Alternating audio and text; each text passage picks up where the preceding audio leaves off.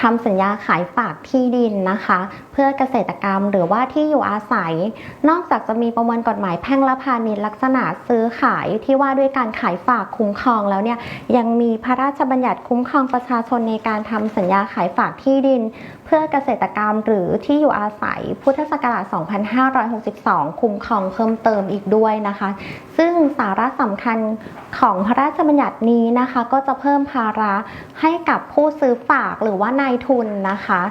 เพิ่มขึ้นด้วยกล่าวคือจะต้องทำนิติกรรมสัญญาให้ถูกต้องตามแบบซึ่งไปที่สำนักงานที่ดินแล้วเขาจะมีแบบให้ทำนะคะตามแบบแล้วก็จดทะเบียนต่อพนักงานเจ้าหน้าที่ให้ถูกต้อง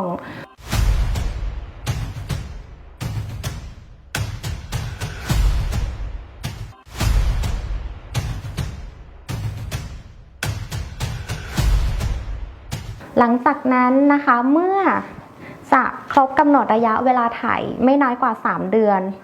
แต่ไม่มากกว่า6 เดือนนะคะผู้ซื้อฝากหรือว่านายทุนเนี่ยมีภาระที่จะต้องแจ้งผู้ซื้อฝากก็คือเราเนี่ยให้ทราบเป็นหนังสือ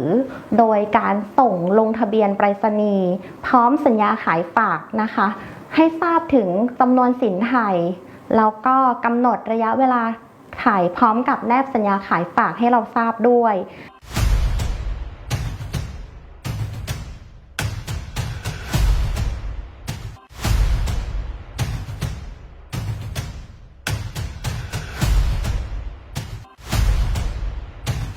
ถ้านายทุนไม่แจ้งให้เราทราบนะคะทำเป็นเพิกเฉย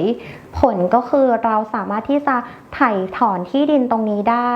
หลังจากพ้นกำหนดระยะสัญญาไปอีก6 เดือนนะคะก็คือเป็นการขยายระยะเวลาไถ่ให้เราอีก6 เดือนนอกจากนี้นะคะถ้าเรามีพืชผลบนที่ดินที่ขายฝากนะคะตัวผู้ซื้อฝากเนี่ยเขาก็มีหน้าที่ต้องแจ้งให้เราเข้าไปเก็บเกี่ยวผลผลิตนั้นนะคะอย่างเช่นเราปลูกแตงโมไว้นะคะก็สามารถที่จะเข้าไปเก็บเกี่ยวแตงโมในที่ดินของเราได้นะคะแม้ว่าเราจะทำที่ดินตรงนั้นหลุดไปแล้วนะคะก็สามารถไปเก็บเกี่ยวได้ไม่เกิน6 เดือนนะคะ